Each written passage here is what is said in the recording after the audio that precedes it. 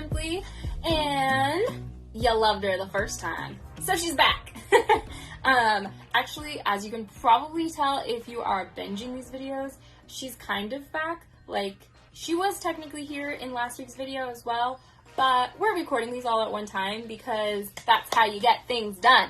So, which is why my makeup has not changed. Pro tip. This is how you create content. You batch things. You do it all at one time, all the recording and all the editing. But I do try to change my wardrobe up a little, you know, keep things saucy. Anyways, so today I'm again here with my little cousin Kenya. And by the way, I'm RAINEY from Simply. Did I already say that? No, I don't think so. Yeah, I don't think so either. So I'm RAINEY from Simply. And today we're talking about one of my absolute favorite topics. It is the one, it just gets me going sometimes, which is job creep. Let me say that again. Job creep. If you've never before heard this term, it basically means that you started doing one thing and then slowly but surely you get more and more responsibilities and the same amount of pay, and you don't really understand how this is happening to you because looking back, that's not what you originally agreed on. That is job creep. So today we're going to talk about that, and we're going to start by saying hi to Kenya. Say hi, Kenya. Hi. And we're going to start by talking about Kenya. So, so she started nannying about, has it been like a year and a half already? Like 2 years? I started in January with COVID. Really? Yeah, with Joe. That's right. Yeah. So I was doing a lot of babysitting since I was like 12. I've been babysitting, but I got my first real nanny job with a schedule and a contract around January or February. That's right. Man, that feels like forever ago. You guys, COVID literally has me losing track of time.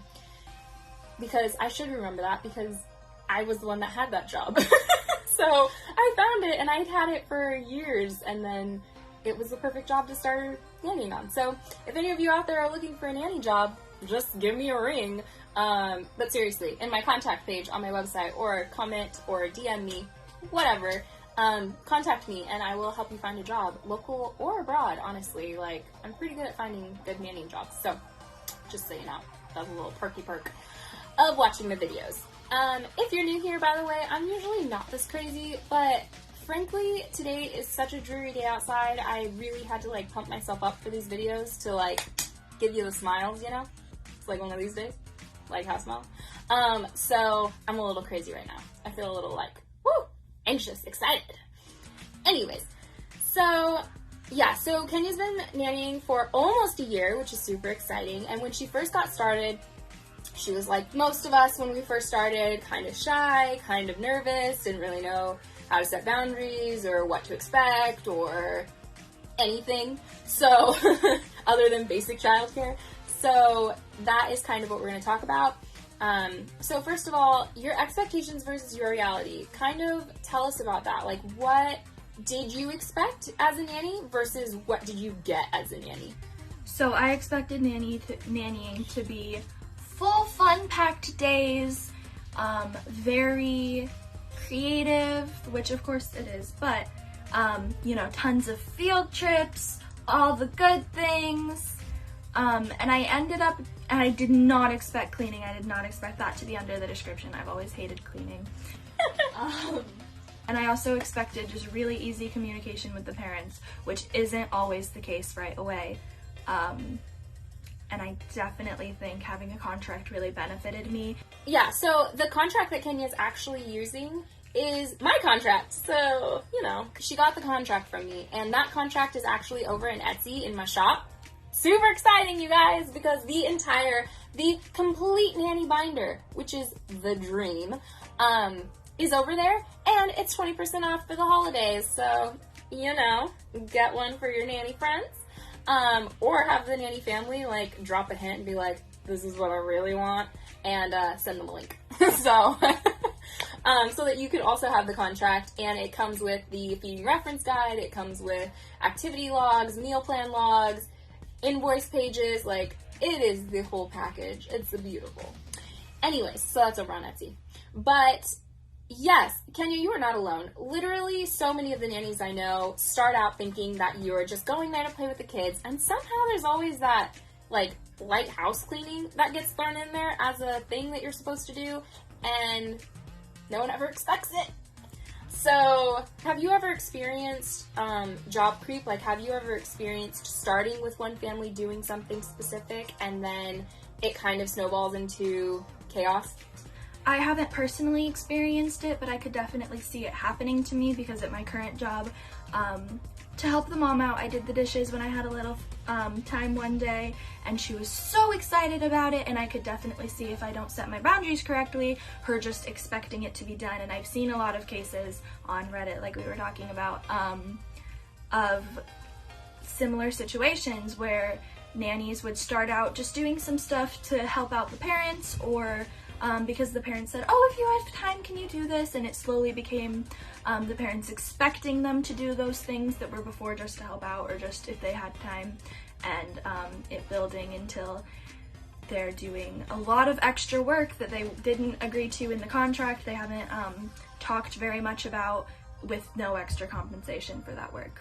Yeah, that does happen a lot, and I feel like we as nannies, we see some of the struggles that the families are going through, or we see how tired the mom is when she gets home from work, or the dad, and we feel bad, you know, like seeing that it sucks, or just like their lack of enthusiasm to play with the kids when they get home because they're exhausted. That's not fun to see as a nanny, and so definitely taking those moments to like do little extra things here and there, I totally think is worth it.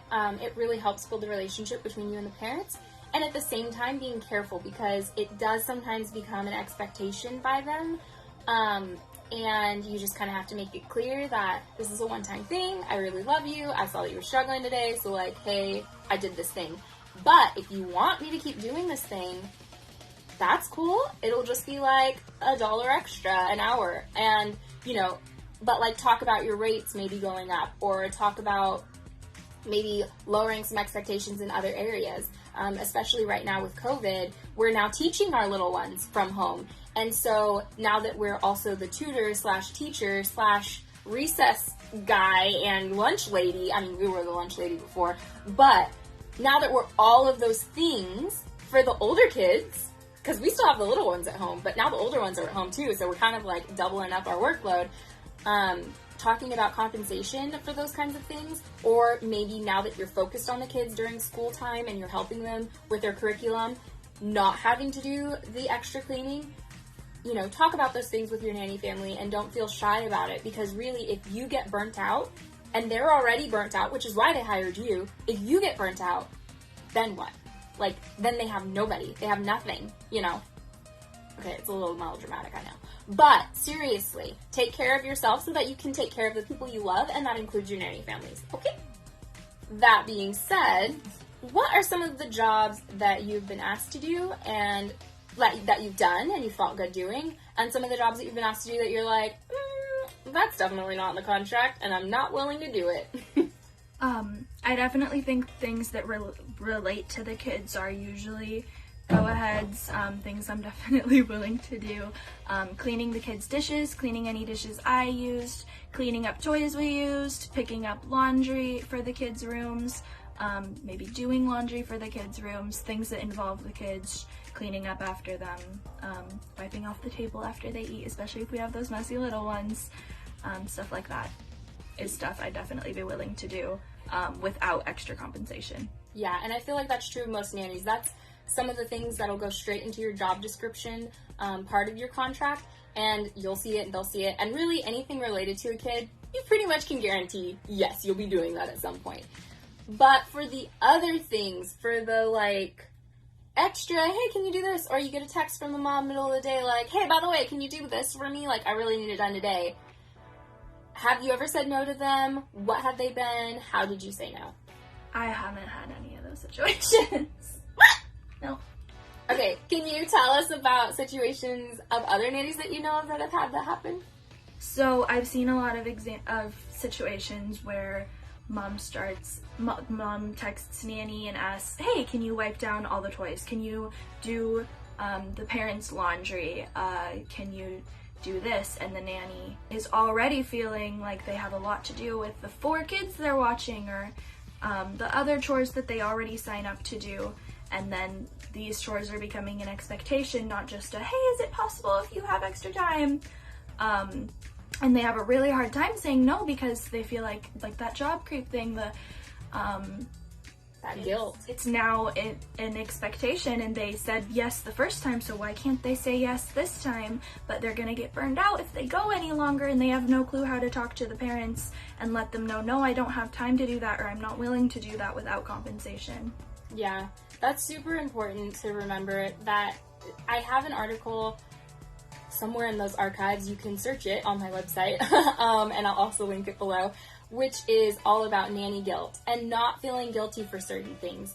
Like, as a nanny, you do not have to feel guilty to say no to things that aren't in your job description, things that aren't in your contract, which you have a contract, so use it, reference it, that's totally fine.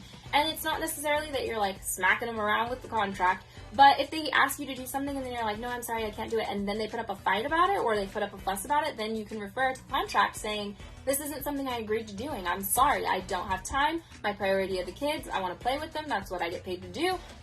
If you'd like to compensate me for it, fine, I'll do it. I'll add it to the list.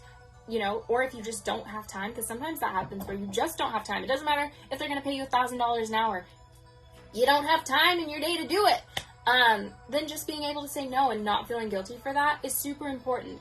Which brings me to plug number 2, is that I'm super excited to announce my BFFs launching a confidence boot camp. I am like in love with it, honestly. So she has this podcast, I talked about it before on here while I was putting together the nanny binder, which is Confidence in Cocktails. It is a great podcast. It's all about being confident as a woman. And honestly, we're going to be partnering soon and doing an interview about being confident as a woman in the business world and as a nanny specifically, because sometimes being your own boss comes with the struggle of you look innocent and sweet, but you're still the boss. Like, you still have to get stuff done, you know, and you still have to stand up to people sometimes. And in the meantime, let me just tell you guys that you've got this.